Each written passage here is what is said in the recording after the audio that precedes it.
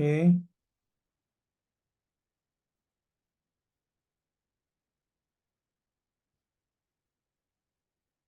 Baik ya, kita lanjut. Ini manajemen modal kerja. Manajemen modal kerja.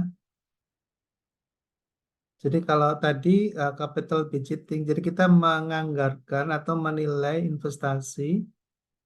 Setiap kita akan melakukan investasi, kita akan nilai dengan menggunakan tadi ada instrumen yang kita sudah kenali, ada payback period, kemudian discounted payback period, kemudian ada uh, net present value ya NPV gitu. Satu lagi tadi internal rate of return ya IRR ya. IRR tadi belum sempat kita bahas secara detail ya karena waktunya. Eh, Nanti kalau misalnya ingin tahu tentang IRR ya takutnya kelewat ya satu. IRR, maaf ini saya lihatkan aja pakai. Nah, kita pakai formula saja ya, pakai formula saja biar tahu sedikit formula.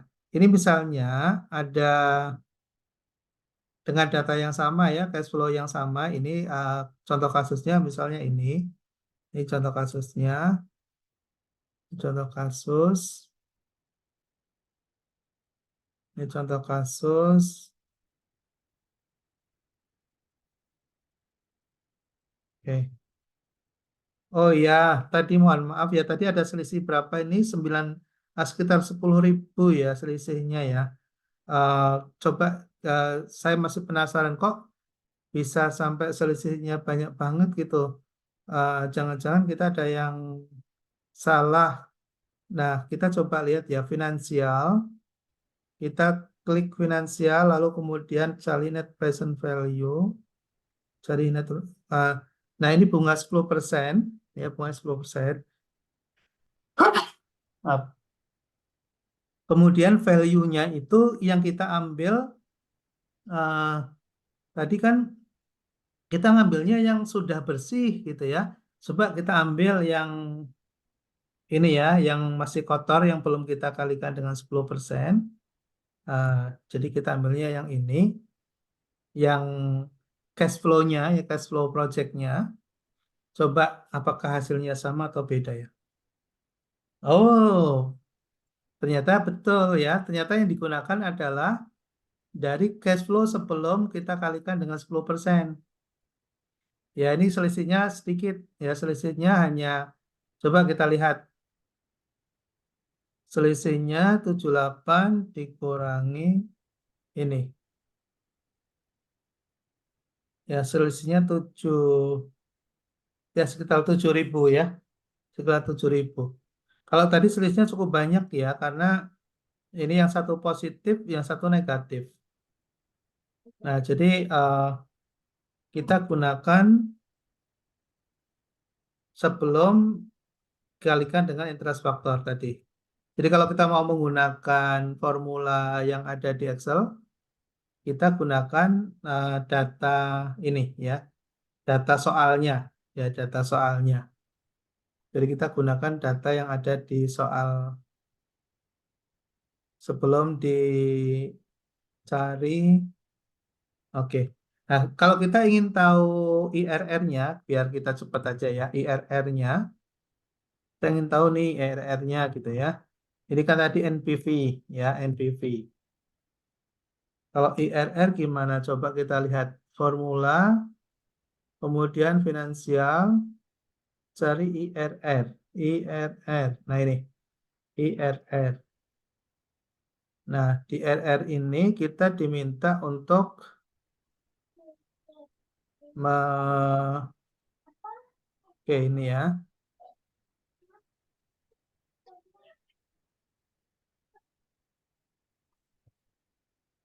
dengan bunga 10%. Kita ambil 10% ya. Oke. Nah, 14%. Oke. Jadi kita pakai cara yang cepat saja dulu ya. IRR ini adalah singkatan dari internal rate of return. ya singkatan dari internal rate of return, yaitu tingkat pengembalian modal. Jadi misalnya kita ketika investasi senilai 1 juta, lalu kemudian di tahun pertama akan terima 500, tahun kedua 400, 300, dan tahun keempat kita akan terima 100. Dari keseluruhan cash flow yang kita terima ini, nilainya berapa persen sih gitu ya. Nah, nilainya adalah di sini dijawab oleh IRR ya. Dijawab oleh IRR, nilainya adalah 14%. Ya, 14%. Jadi tingkat pengembalian modal ya selama 4 tahun dari data soal ini gitu, itu nilainya adalah 14%. Nah, kenapa sih kita perlu menghitung ini? Gunanya apa? Gunanya untuk membandingkan apakah investasi yang kita lakukan itu sebanding atau senilai, misalnya kalau kita bandingkan dengan nilai deposito atau kita beli surat berharga pemerintah, obligasi pemerintah misalnya, gitu ya. Nah, itu bisa kita bandingkan. Kalau sepanjang masih lebih tinggi dibandingkan dengan nilai investasi dengan risiko rendah, yaitu di obligasi pemerintah misalnya, maka lebih baik ya kita investasikan saja di obligasi kalau ternyata nilainya tidak lebih tinggi dibandingkan dengan membeli surat berharga milik pemerintah misalnya. Gunanya untuk itu, untuk membandingkan, ya. Karena kalau kita tidak bisa menghitung IRR ya, maka kita tidak bisa menjustifikasi bahwa atau melegitimasi dari investasi yang kita lakukan itu apakah menguntungkan atau tidak gitu. Itu tujuannya untuk itu. Ya, sebelum saya masuk ke modal kerja, sampai di sini udah cukup ya. Cukup. Oke, makasih. Nanti bisa dicoba sendiri ya dari menggunakan Excel saja, menghitung IRR dengan menggunakan Excel gitu. Itu akan lebih mudah dan lebih cepat dibandingkan menggunakan manual. Oke, saya stop share dulu. Kemudian kita masuk ke konsep modal kerja. Oke, sudah kelihatan ya modal kerja ya? Sudah, Prof. Sudah, Prof. Sudah Baik, kelihatan. Sudah, Pak. baik. Ini kita coba lihat ya, yang dimaksud dengan modal kerja itu apa gitu. Jadi kalau ada perbincangan, sering beberapa istilah sering digunakan ya. Ada istilah modal kerja, ada istilah current asset, atau bisa juga aktiva lancar gitu. Jadi banyak istilah yang digunakan. Tapi untuk materi kita kali ini kita menggunakan istilah namanya modal kerja. Nah, modal kerja ini sebetulnya adalah suatu investasi di jangka pendek. Contohnya apa jangka pendek? Misalnya kita taruh aset kita dalam bentuk tabungan ya, tabungan di bank, atau kita taruh dana kita di deposito, atau misalnya kita taruh dana kita di investasi saham misalnya, atau kita beli persediaan barang untuk kita jual misalnya, atau kita penempatan dana misalnya di perusahaan lain misalnya. Itu semua adalah modal kerja. Jadi aset yang yang kita gunakan untuk berorientasi mendapatkan pendapatan, maka itu adalah investasi di modal kerja namanya ya. Kita membiayai modal kerja. Nah, modal kerja ini pada dasarnya bertujuan untuk mengelola harta lancar dan utang lancar. Jadi kalau kita bicara tentang manajemen modal kerja, maka kita sebetulnya sedang bicara tentang bagaimana mengelola aset yang menghasilkan keuntungan dan mengelola aset yang memiliki risiko ya. Kalau kita bicara tentang aset yang bisa menghasilkan pendapatan, maka aset-aset produktif itulah yang akan bisa menambah nilai aset yang kita miliki. Contoh misalnya kita uh, naruh dana atau investasi atau membiayai atau membeli saham misalnya, atau membeli obligasi pemerintah misalnya, maka kita akan mendapatkan return dari situ. Nah, return itulah yang kemudian kita sebut sebagai aset produktif. Kenapa? Karena aset itu mampu menghasilkan aset baru, ya aset-aset baru yang lain. Ya contoh misalnya yang lain persediaan. Kita membeli aset tapi untuk rencana kita jual kembali, maka itu disebut dengan persediaan. Ya, kita tidak bisa menilai suatu aktivitas yang sama, tapi kemudian kita kategorikan sama itu nggak bisa. Ya sesuai dengan tujuan. Misalnya gini, kita membeli kendaraan untuk kita jadikan sebagai alat moda, misalnya kita gunakan untuk armada taksi, taksi online. Berarti artinya apa? Aset yang kita beli itu masuk dalam modal kerja, bukan masuk sebagai aset tetap. Tapi kalau kita sebagai anggota rumah tangga, misalnya sebagai ibu rumah tangga, kita punya tabungan, lalu kemudian dana tabungan itu cukup untuk membeli satu, misalnya mobil Avanza baru misalnya, lalu kita belikan Avanza itu untuk kebutuhan moda transportasi keluarga, kebutuhan keluarga misalnya, maka dia bukan investasi gitu ya, dia adalah konsumsi. Dia masuk nanti ke dalam aset tetap, ya, dalam aset tetap. Karena apa? Karena mungkin kita gunakan hanya seminggu sekali pada saat libur atau untuk liburan gitu ya. Di luar itu kita nggak gunakan ya untuk mencari uang. Kita gunakan hanya untuk kebutuhan ketika kita memerlukannya saja gitu. Tapi kalau bagi seorang super taxi driver yang kemudian dia membeli apa mobil Avanza, sama-sama membeli mobil, kegiatannya sama, tapi tujuannya untuk apa? Untuk yang digunakan untuk bekerja, ya digunakan untuk bekerja, dan dari bekerja itulah mendapatkan return, pendapatan itu ya. Nah, kalau itu yang terjadi, maka si driver tadi ketika dia membeli mobil itu dia bukan membeli aset tetap, tapi dia membeli modal kerja. Ya, dia membelanjai modal kerja. Itu.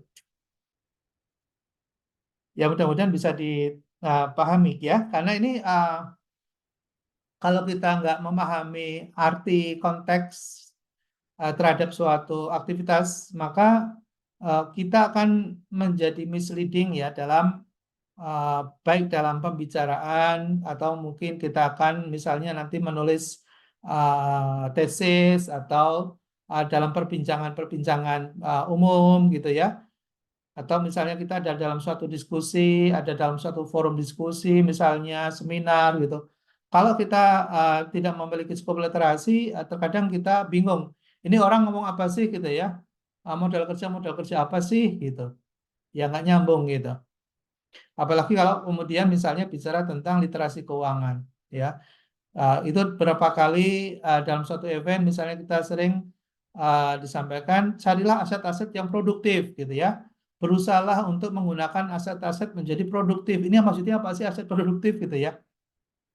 Ya ternyata tidak setiap aset yang kita miliki itu produktif ya. Kadang ada yang mangkrak, ada yang tidak menghasilkan apa-apa, atau justru bisa menjadi beban kita. Ya misalnya gini, kita sebetulnya butuh mobil cuma satu gitu, tapi karena mungkin saja gitu kita membelikan anak kita misalnya ya, kita belikan istri kita, sehingga mobil di rumah menjadi tiga ya. Padahal istri pakainya cuma seminggu sekalipun belum tentu pakai gitu ya.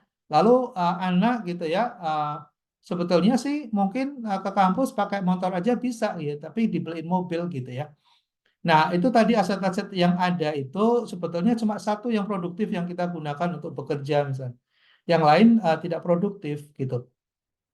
Nah, dan ternyata menghasil apa namanya yang kemudian harus kita bayar adalah beban penyusutan, beban pajak, ya kemudian mobil yang kita beli dengan harga 400 juta mungkin 5 tahun lagi tiba-tiba menjadi separuh harga gitu ya. Jadi menyusut ya, nilainya menyusut. Nah, bagi orang-orang yang well literated gitu, terkadang dia mesti harus berpikir 2-3 kali walaupun punya uang, tapi barangkali uangnya akan lebih produktif kalau misalnya dibelikan obligasi misalnya, ya, belikan obligasi atau belikan saham blue chip ya yang aman gitu, yang bisa memberikan return yang lebih baik dibandingkan dengan deposito misalnya. Ya, jadi kata Bu Sri Mulyani kan sering pernah ya di dalam beberapa podcastnya gitu misalnya, di negara maju itu uang mereka bekerja ya untuk para pemiliknya gitu. Sementara kita negara berkembang gitu kita bekerja keras itu untuk menghasilkan uang. Sementara uang di negara maju mampu menghasilkan pendapatan. Gitu. Jadi kenapa bisa terjadi seperti itu? Itu lagi-lagi karena masalah literasi keuangan, ya.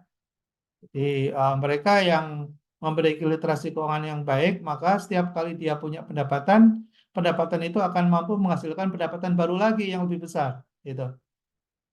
Ya, jadi hal-hal seperti itu tidak semua orang memahami dengan baik, ya. Sebagai contoh misalnya yang ada sekarang misalnya ya, mungkin ini saya anggap teman-teman lah ya, teman-teman ini yang masih muda-muda ini, kenapa sih dalam waktu yang relatif sama mungkin rekan yang lain sedang santai ya menikmati liburan weekend gitu ya di pantai atau yang ke gunung mungkin gitu ya, ada yang jalan-jalan dengan keluarga gitu.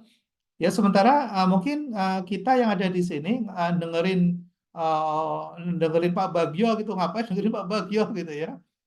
Sudah suruh dengerin Pak Bagio lagi suruh bayar lagi SPP gitu ya. Waktunya kebuang, kemudian uangnya harus keluar gitu ya. Nah, bagi sementara orang itu adalah wasting time ya. Bagi sementara orang mungkin kegiatan seperti yang sekarang kita lakukan ini adalah buang-buang waktu gitu ya.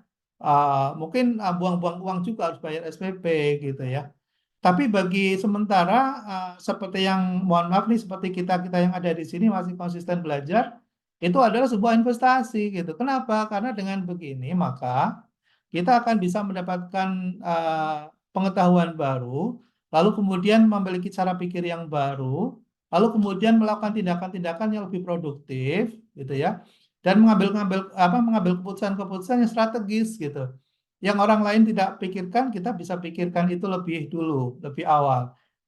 Ya, sebagai contoh misalnya, ini nggak kemana-mana lah yang lebih dekat aja. Saya dulu kan sekolah waktu, ya jadi sama seperti yang mungkin rekan-rekan sekarang lakukan ya. Jadi selesai S1, saya langsung ambil S2. Walaupun kemudian harus kerja lembur, kerja keras ya, karena orang tua tidak mampu, jadi ya gimana pun karena menjadi target harus gitu. Selesai ada kesempatan S3, saya ambil S3 gitu. Ya, jadi bagi saya itu adalah investasi gitu karena dengan saya bisa sekolah lebih baik, pengetahuan lebih luas, jaringan juga networking juga makin banyak gitu. Dan itu adalah aset ya, aset intangible ya atau disebut dengan intangible asset. Ya, intangible asset.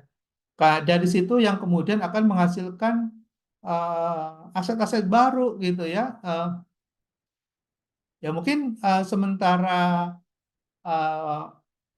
katakanlah harus bekerja membanting tulang berbasis pada fisik gitu, mungkin pada suatu saat nanti kita akan bisa bekerja dengan menggunakan knowledge kita yang tidak harus kemana-mana ya, bisa dari rumah gitu ya. Ya itu bisa kita lakukan karena ada intangible asset yang kita miliki. Kalau tidak, nggak akan mungkin bisa ya. Jadi ini adalah sebuah investasi. Nah, lagi-lagi masalah modal kerja. Ini juga menjadi suatu pengetahuan dan literasi. Kenapa? Karena ini nanti akan melakukan mematchingkan antara kita punya aset lancar atau yang disebut dengan modal kerja ini harus dibiayai dari mana, gitu ya? Kita harus biayai dari mana? Karena ada dua sisi ketika bicara tentang aset, yaitu ada sisi sumber, ada sisi penggunaan. Jadi ada sisi sumbernya itu dari mana? Mau untuk beli modal kerja atau biaya modal kerja itu sumbernya dari mana? Gitu.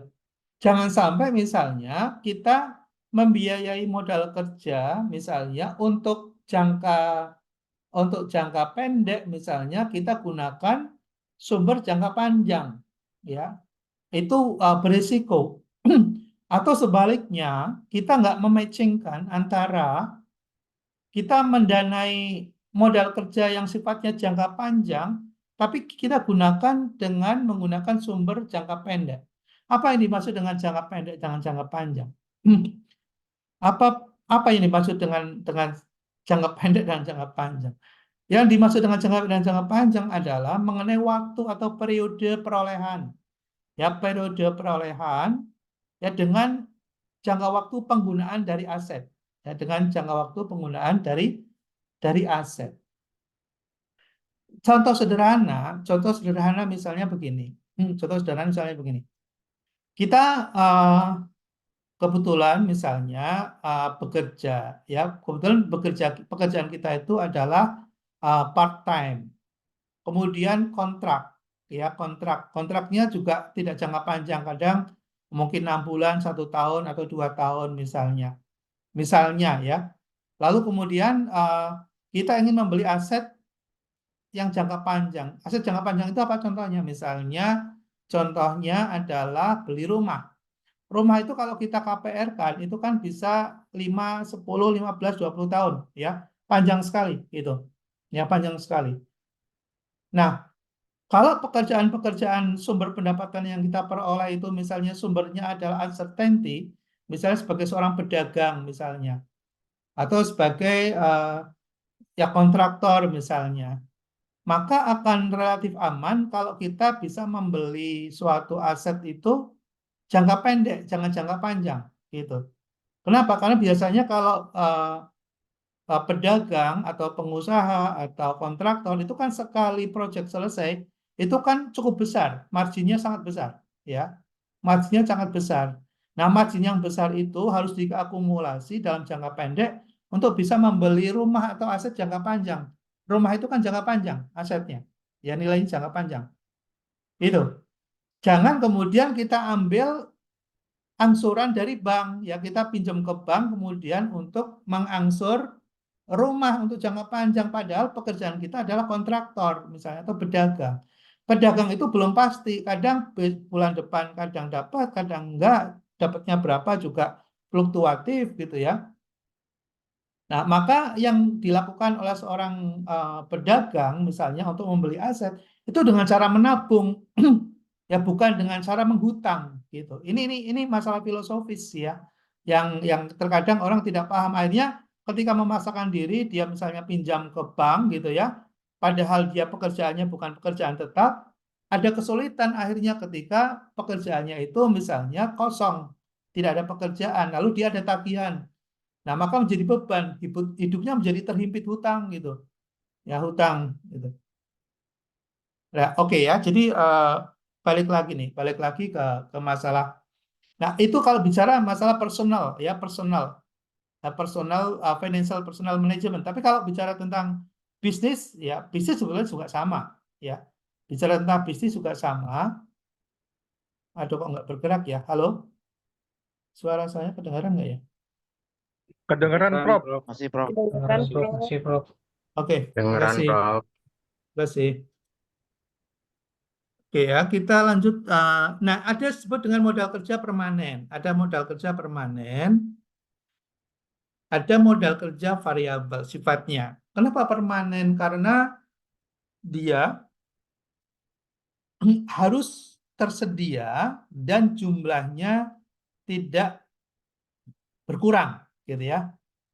Itu namanya modal kerja permanen. Misalnya kita mau berbisnis di bidang apa, misalnya mau bisnis kuliner, misalnya mau bisnis kuliner. Nah, misalnya jualan apa ya, misalnya jualan ketoprak, misalnya jualan ketoprak. Nah, ketika jualan ketoprak itu ada aset tetap yang selalu harus tersedia. Aset tetap yang harus tersedia berarti misalnya gerobaknya, misalnya kemudian ada kebutuhan untuk perlengkapan gitu ya. Nah, itu ada istilah yang disebut dengan modal kerja permanen karena itu digunakan atau tidak digunakan itu harus ada di situ. Lalu kemudian ada yang variabel. Variabel itu yaitu modal kerja untuk bisa berproduksi. Jadi kalau misalnya kita sudah punya gerobak, udah punya alat ulek, kemudian kita sudah punya misalnya piring, udah ada sendok, ada pisau, ada peralatan itu.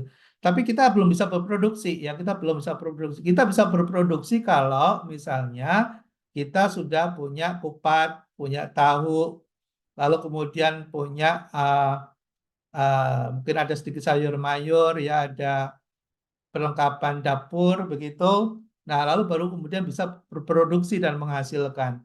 Nah, itu disebut dengan variabel ya, ada modal kerja variabel. Nah, modal kerja variabel itu dia berubah-ubah ya. Baik jumlahnya, kapasitasnya, quality-nya itu bisa berubah-ubah. Dia bisa berdasarkan pada musiman atau siklus atau darurat. Misalnya gini, musiman apa? Kita perlu menyediakan dalam jumlah yang cukup besar, relatif besar, karena menghadapi suatu kondisi musim tertentu. Misalnya musim menghadap puasa misalnya. Nah, biasanya puasa itu masuk ke cyclicus ya, siklis juga masuk ke musiman. Kenapa? Karena dia masuk musiman karena mendekati Lebaran gitu ya, kemudian orang tingkat konsumsinya langsung naik gitu ya, walaupun kemudian temporal karena yang ramai itu di masa-masa jam tertentu dari mulai sore ya, siang sampai ke maghrib gitu ya, sampai ke isya gitu. Nah, setelah itu sepi lagi.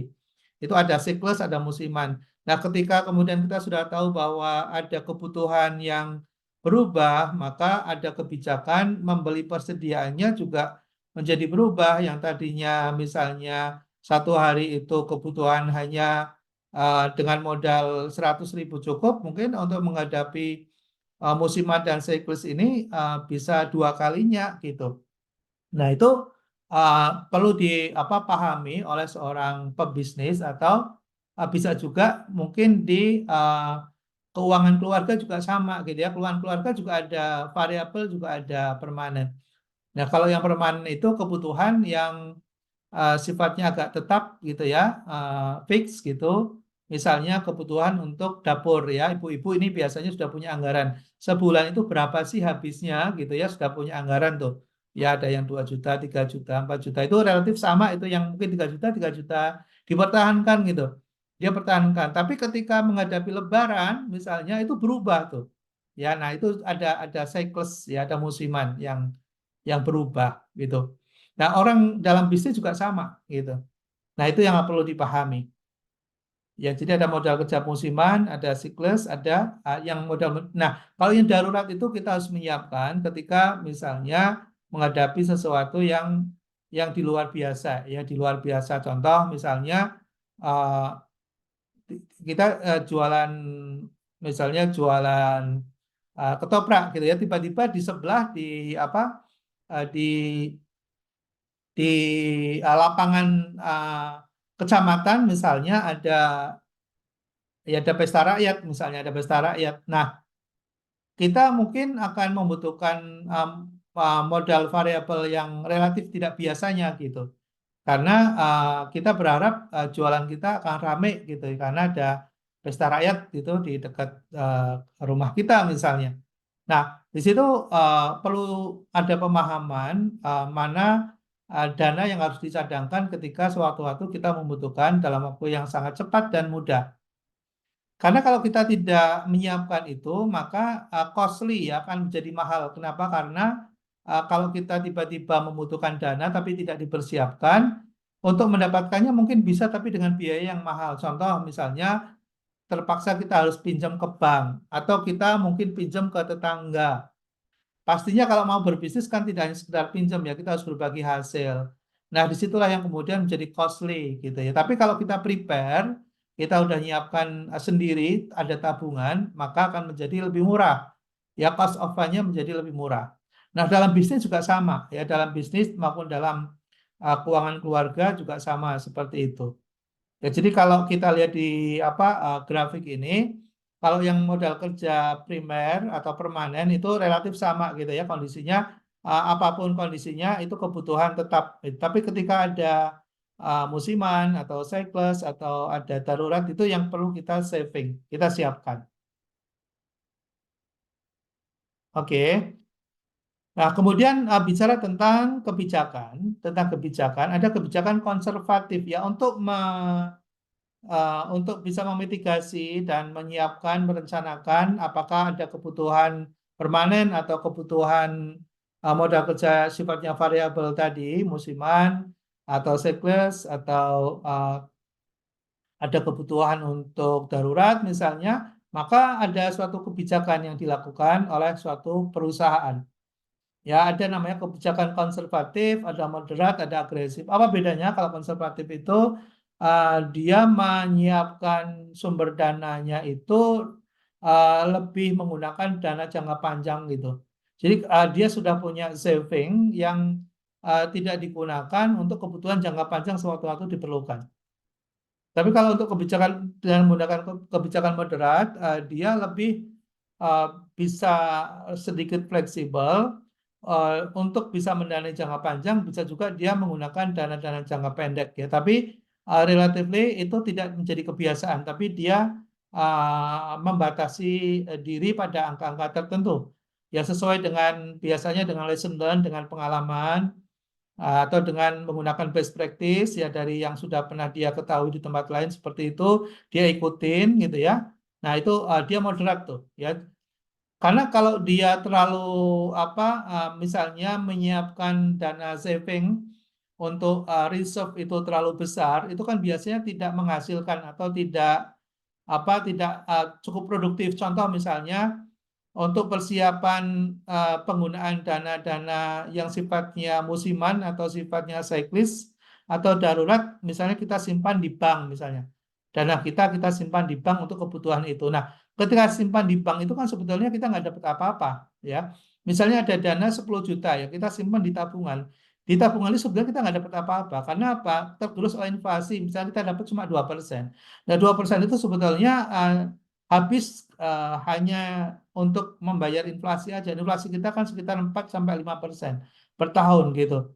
Jadi kalau kita dapat janji dari bank, kita simpan dalam bentuk tabungan, lalu kita dijanjikan bunga 2%, sebetulnya kita rugi, kita nggak dapat apa-apa. Lama-lama kan habis tuh, ya. Nah, itu saya kira bukan suatu pilihan yang terbaik untuk melakukan reserve dalam rangka menanggulangi modal kerja yang sifatnya siklis maupun sifatnya moderat. Nah, kalau agresif beda lagi. Kalau agresif itu eh, dana yang kita reserve, kita siapkan itu eh, jumlahnya relatif kecil, itu progresif ya, relatif kecil. Lalu kita melakukan sedikit spekulasi gitu ya dengan mencari sumber-sumber dana jangka pendek untuk suatu kebutuhan-kebutuhan yang sifatnya untuk mendanai modal-modal variabel tadi. Itu agresif. Agresif itu biasanya semakin ke bawah itu semakin berisiko tuh ya. Semakin ke atas semakin relatif aman. Jadi biasanya kalau manusia itu kan kebagi dalam 3 ya.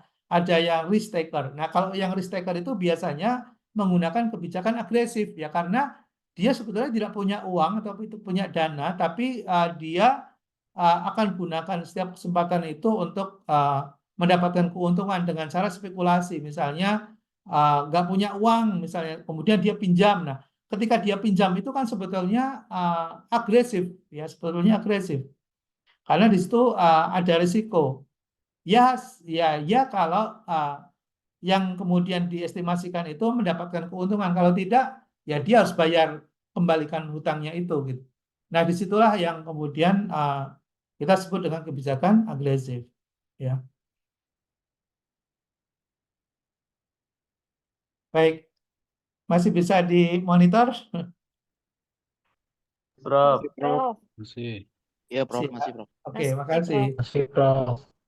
Masih, Jadi ya, Prof. terima kasih. Saya agak cepat ini, tapi mudah-mudahan bisa ditangkap. Masih, Prof.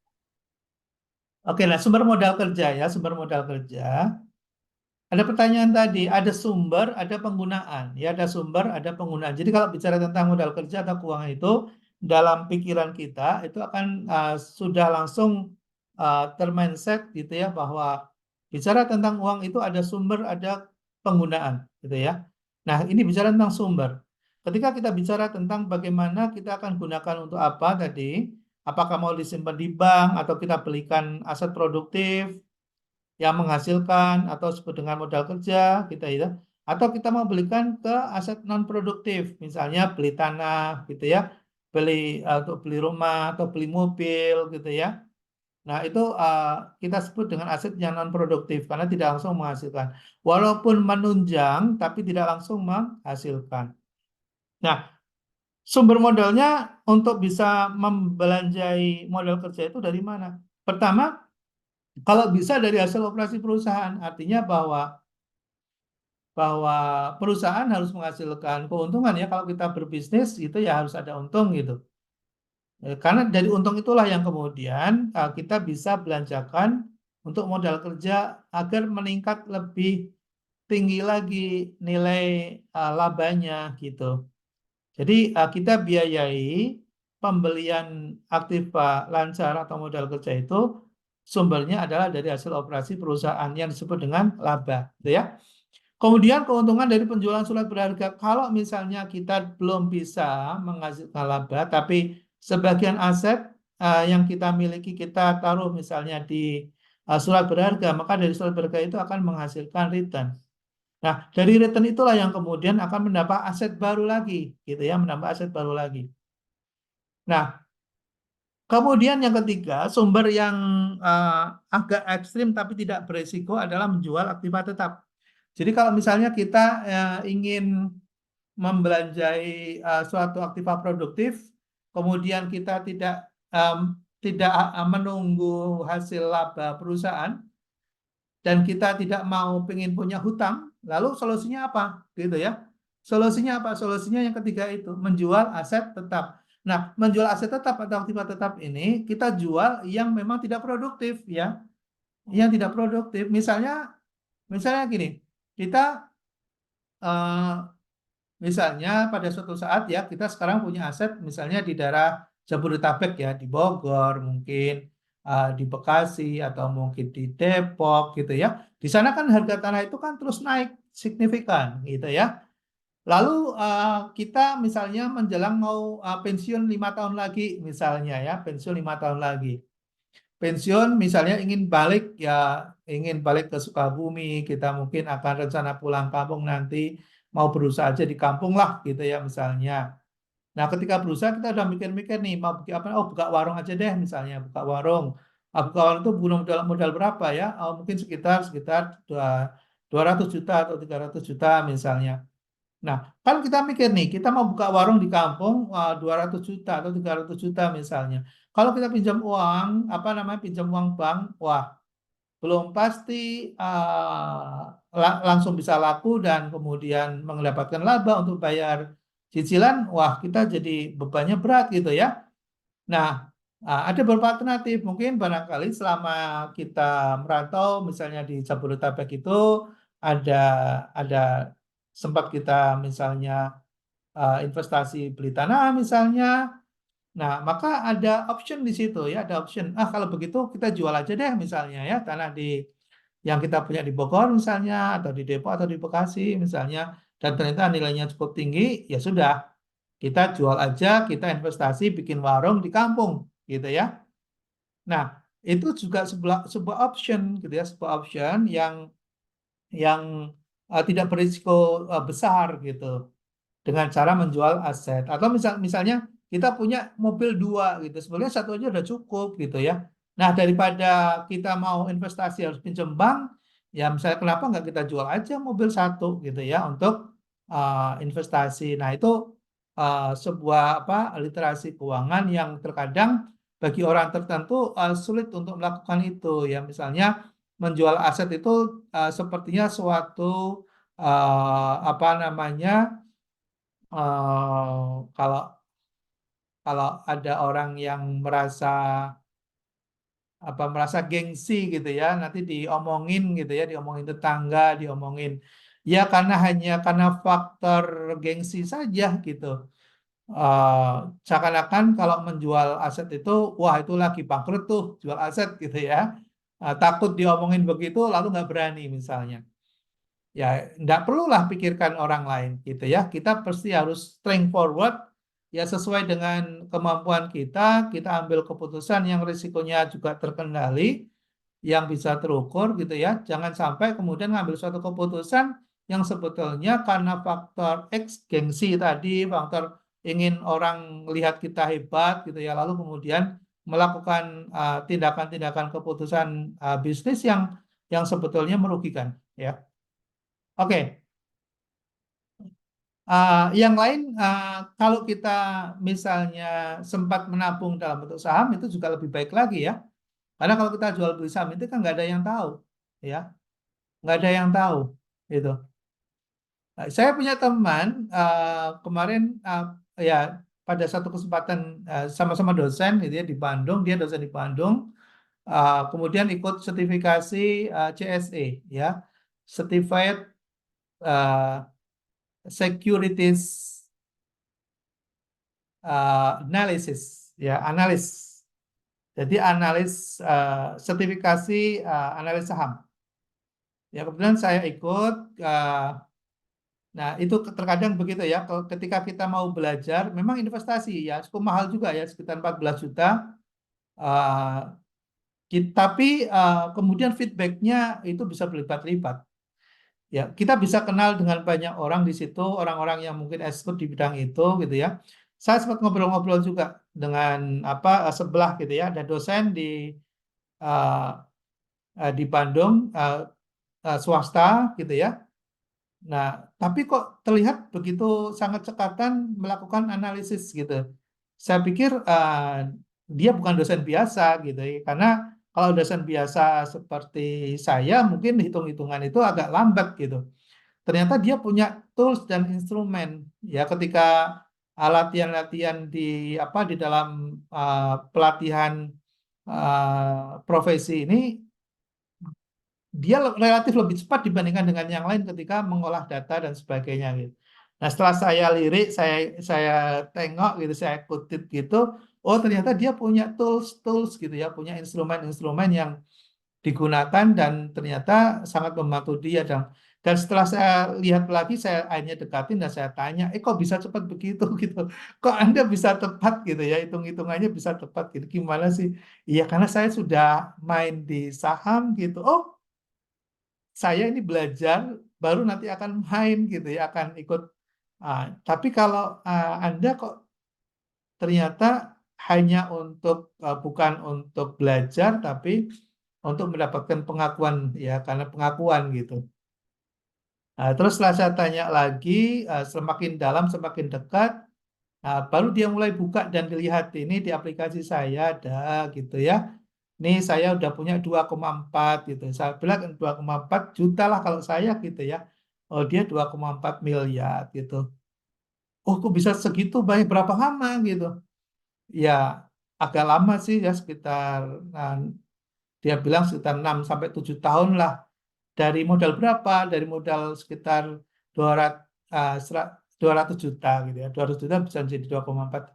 Wah, luar biasa ini kalau di investasi di sektor real susah ini untuk segini. Iya gitu. Nah, dari situ kita bisa aja belajar, kemudian sharing gitu ya. Ya, ternyata ya ada sebagian yang dan orang lain nggak tahu kalau dia punya aset segitu banyak gitu ya. Dia ke situ juga biasa santai-santai aja ya sebagai dosen gitu ya, lalu profilnya juga biasa aja gitu ya, nggak mentereng kayak orang profesional gitu ya, biasa dosen gitu ya, tapi di HP-nya ternyata ada aset 2,4 miliar gitu. Weh, ini kayak gini-gini ini yang orang mungkin tidak ngelihat gitu. Ya jadi apa namanya literasi itu sangat penting sekali untuk peningkatan terutama kualitas hidup ya, kualitas hidup.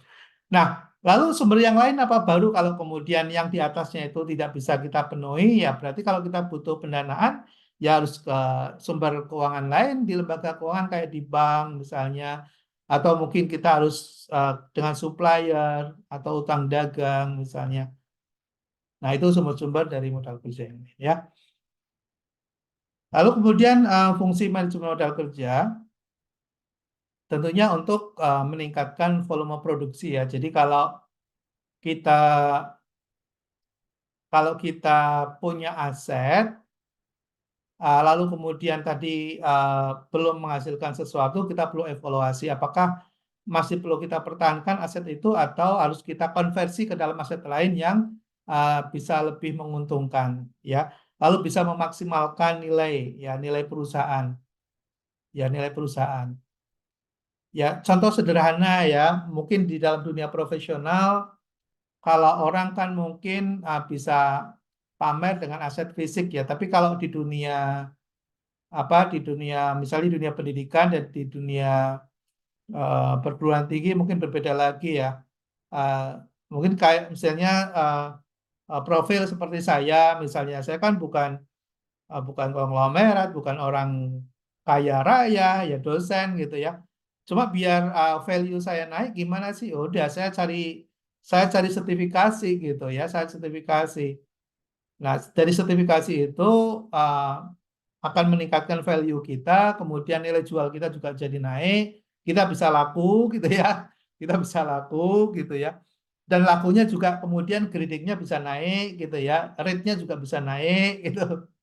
Ya itu dunia masing-masing lah ya, mungkin di dunia bisnis, ini ada di dunia profesional gitu. Nah, saya kira memaksimumkan nilai itu yang value itu yang sangat penting gitu ya, sangat penting. Dan saya kira juga yang seperti saya sampaikan, ini rekan-rekan yang sedang belajar itu sudah dalam rangka untuk memaksimalkan nilai, ya, nilai diri itu kita bisa lakukan upaya memaksimumkan lewat belajar, ya, lewat belajar kita pelatihan gitu ya.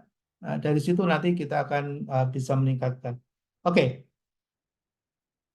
Nah, berikutnya adalah faktor-faktor yang mempengaruhi modal kerja ya. Ya pertama apa skala usaha gitu ya. Kalau kita dalam skala usaha yang relatif mikro, maka kebutuhannya juga bisa kita ukur ya. Mungkin naik kelas menjadi usaha kecil, naik kelas lagi menjadi usaha menengah, dan kemudian bisa menjadi usaha besar itu tentunya akan sangat dipengaruhi kebutuhannya oleh skala usahanya. Apakah kebutuhan modal kerjanya seberapa banyak sangat dipengaruhi oleh skala usaha. Kemudian aktivitas perusahaan, aktivitas bisnisnya, kemudian volume penjualannya, ya, volume penjualannya, perkembangan teknologi, ya, kemudian periode perputaran, kemudian pengeluaran kas rata-rata setiap harinya itu perlu dihitung. Ya, saya kebetulan sedikit sharing juga ya. Saya ada aktif di salah satu perusahaan pembiayaan berbasis teknologi ya. Mungkin kita sebut dengan fintech gitu. Yang mungkin pernah dengar ya yang di Akulaku gitu. Nah, di Akulaku itu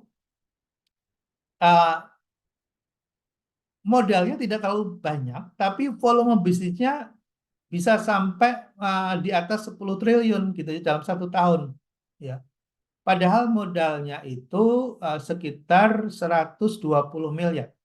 Ya, sekitar 120 miliar. Tapi volume bisnisnya sampai 10 triliun. Loh kok bisa begitu? Nah, kenapa? Karena dia bicara tentang volumenya, bicara tentang activity-nya, bicara tentang teknologinya. Ternyata dia menggunakan akses pembiayaan peer-to-peer. Jadi, mencari sumber-sumber dana, ya, sumber-sumber dana jangka pendek yang langsung membiayai untuk aktivitas kreditnya gitu, dan kemudian menempel di marketplace ya, sehingga dia tidak perlu menggunakan uangnya sendiri atau modalnya sendiri. Dia disupport dari berbagai mitra bisnis dan tenan, para vendor ya, para vendor. Nah, para vendor dan tenan ini berasal dari sumber-sumber lembaga keuangan ya, kayak di bank ya. Kemudian ada sebagian perusahaan dana pensiun yang dananya berlebih tempatin di situ gitu. Ya, sehingga dia bisa membiayai bisa ratusan kali lipat ya dari modal yang dimilikinya. Nah, itu juga sebuah strategi ya, sama strategi. Sama dengan value yang pada satu saat nanti rekan-rekan juga akan menghadapi itu ya. Ketika value kita naik ya, value kita naik itu nanti skala ya, skala organisasi atau skala bisnisnya itu dengan sendirinya akan menyesuaikan, ya, akan menyesuaikan. Ya, skala bisnisnya akan menyesuaikan. Mungkin di satu organisasi itu pada suatu saat nggak bisa menampung kita, ya, karena value kita sudah naik, misalnya perusahaan tidak bisa meningkat misalnya, maka pada suatu saat mungkin kita akan berpindah pada organisasi yang lebih besar, akan menyesuaikan itu. Nah, makanya yang sangat menentukan adalah tadi self value kita, ya. Itu kalau bicara tentang personal, ya, bicara tentang personal. Nah, kalau kita bicara tentang perusahaan, nah makanya perusahaan itu dia harus meningkatkan value-nya. Ketika value-nya akan naik, maka dia akan bisa mendapatkan mitra atau bisa berkolaborasi dan kemudian akan melakukan akselerasi percepatan pertumbuhannya akan lebih cepat. Ya, itu bicara tentang strategi, ya tentang strategi itu itu hukum alam, ya, akan terjadi seperti itu, ya, akan terjadi seperti itu. Oke, lalu kemudian ada beberapa metode, ya, ada beberapa metode yang digunakan untuk menentukan berapa besar modal kerja yang dibutuhkan. Ya, ada metode keterikatan modal kerja, ada metode perputaran modal kerja. Nah, ini kuantitatif, ya, ini kuantitatif. Jadi mungkin nanti ada kesempatan silakan bisa dipelajari bagaimana menghitung jumlah kebutuhan modal kerja. Modal kerja itu ada yang terikat, ada yang kemudian menggunakan rata-rata pengeluaran cash per hari. Karena nanti kita akan menghitung berapa kebutuhan misalnya dalam 1 bulan. Atau kita ingin menghitung berapa kebutuhan modal kerja dalam 1 tahun misalnya. Nah, dasar yang kita gunakan adalah kita harus mampu menghitung kebutuhan per harinya. Ya, dasarnya dari situ. Nanti kita tinggal kalikan saja berapa hari kebutuhan modal kerja itu akan kita gunakan. Nah, di sini ada contoh soal. Di sini ada contoh soal. Contoh soalnya adalah PD Anugrah. Rata-rata periode terikatnya modal kerja, pertama, lama barang disimpan. Jadi, ketika kita memiliki suatu kebutuhan persediaan, lalu kemudian persediaan itu kita simpan di gudang, pertanyaannya berapa lama dia tersimpan di gudang? Ini ada jawaban 6 hari misalnya. Lalu kemudian kita juga perlu mengetahui kalau barang itu kemudian kita keluarkan dan kita jual, lalu kita bisa mendapatkan uang cash dari penjualan itu berapa lama? Oh, ternyata 14 hari. Ya, lama pengumpulan piutang itu maksudnya dari barang yang kita simpan di gudang, kita keluarkan dan kita jual, itu 14 hari baru kemudian kita akan terima cash-nya gitu, ya. Sehingga jumlah waktu yang dibutuhkan, ya, dari satu putaran barang kita punya persediaan itu butuh waktu 20 hari akan kembali menjadi uang. Jadi kita punya uang, kita belanjakan barang, kita simpan, dan kemudian kita jual, menjadi uang lagi, itu butuh waktu 20 hari. Itu cara bacanya gitulah, ya. Kurang lebihnya seperti itu. Lalu kemudian rata-rata cash kita setiap hari itu butuh uang berapa? Ya, butuh uang berapa? Pertama, kita beli barang dagangan 1 juta. Upah karyawan 100, ini per hari nih, ya. Per hari itu kita keluarkan, kita beli barang untuk belanja barang 1 juta. Upah karyawan 100. Biaya administrasi 15.000, biaya penjualan 30.000. Totalnya 1.150.000. Nah, kita tambahkan jika setiap hari kita perlu cash untuk kita simpan reserve, ya, agar apabila ada kebutuhan sewaktu-waktu yang mendadak itu tidak kesulitan, kita cadangkan 250.000. Ini contoh, ya, ini kebijakan contoh 250.000. Maka kita butuh modal kerja berapa sih, gitu, ya? Maka caranya adalah kita menghitung berapa lama periode terikat modal. Berapa lamanya itu di 20 hari ini. Kemudian pengeluaran kas setiap harinya berapa? Setiap harinya butuh 1.150.000. Itu setiap hari kita butuh uang segini nih, gitu, ya. Lalu kemudian kas minimalnya berapa? 250.000. Sehingga dalam satu periode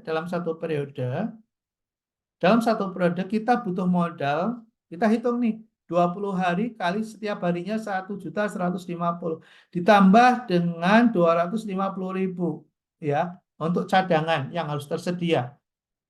Total 23.250.000. Maka dengan demikian kita bisa menyimpulkan bahwa kebutuhan modal kerja kita dalam satu periode adalah 23.250.000. Gitu ya, cara menghitung berapa sih modal kerja yang dibutuhkan gitu ya dalam satu periode tertentu. Ini misalnya dalam satu periode 1 bulan. Nah, lalu kemudian ada contoh yang kedua adalah contoh yang lebih kompleks ya terkait dengan biaya produksi ya, ada kebutuhan modal kerja untuk produksi. Nah, di sini ada contoh biaya bahan baku, biaya bahan pembantu untuk tenaga kerja, untuk biaya operasional. Ya, kemudian ada biaya penjualan per bulannya berapa, ini sudah diketahui. Kemudian produksi yang dibutuhkan dari 65 unit wajan Teflon itu membutuhkan bahan baku ini. Lalu kemudian ada informasi lagi, ada kebutuhan untuk beli bahan baku gitu ya dengan uang muka 4 kali 24 jam baru diterima, artinya berarti 4 hari gitu ya, 24 jam itu 24 jam sehari semalam ya, sehari semalam kali 4 berarti artinya 4 hari gitu ya, 4 hari baru sebelum barang diterima. Sedangkan waktu yang diperlukan untuk proses produksi 3 hari, berarti 4 tambah 3, 7 hari ya. Wajan yang sudah jadi disimpan di gudang selama 4 hari tambah 4 hari lagi. Ya 4 tambah 4 tambah 3. 11. Kemudian penjualan kredit selama 5 hari. Jadi setelah 5 hari baru kemudian ada pembayaran. Berarti tambah 5 lagi gitu ya.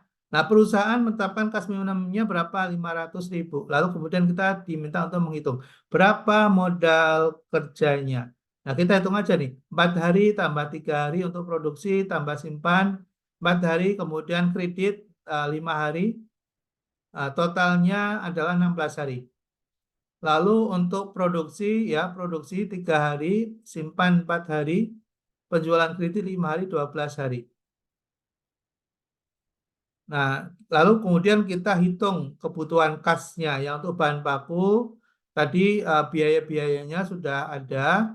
Kemudian berapa unitnya tadi juga sudah disebutkan unitnya ya 65 unit gitu ya. Kemudian waktu biaya penggunaannya 25 hari tadi sudah dihitung. Lalu kemudian dikalikan saja kebutuhannya 65 kali biayanya berapa gitu ya. Lalu kemudian ketemu di sini. Lalu di total, ini kebutuhan kas per harinya 1,9 juta lebih 10.000. Lalu kemudian menghitung, kita hitung kebutuhan kas per harinya, ya kas per hari ini pas hari ini ditarik ke sini. Kemudian periode ya, periodenya 16 hari, ya untuk bahan baku 16 hari, untuk bahan pembantu 16 hari, biaya tenaga kerja 12 hari, ya ini sesuai dengan informasi yang sebelumnya ada. Lalu kemudian dikalikan kebutuhan kas per hari dikalikan dengan periodenya, ketemu jumlah biayanya berapa. Lalu kemudian total biayanya ketemu 27.860. Lalu ada kas minimum 500.000, nah total kebutuhannya 28.360. Itu kebutuhan modal kerja dalam satu putaran ya, dalam satu putaran. Ya, dalam satu putaran. 28.360. Jadi kalau mau berproduksi dengan jumlah tadi 65 unit, satu periode kita harus menyiapkan uang sebesar 28.360 untuk menghasilkan 65 unit Teflon tadi wajan tadi ya. Nah, itu bisa dihitung. Nah, ini ada contoh yang lain, nanti silakan bisa dipelajari ya contoh ini. Sudah ada jawabannya juga. Ya, jadi nanti kalau sudah dipelajari, misalnya nanti ada soal seperti itu, bisa dikerjakan. Sampai di sini ada yang mau ditanyakan?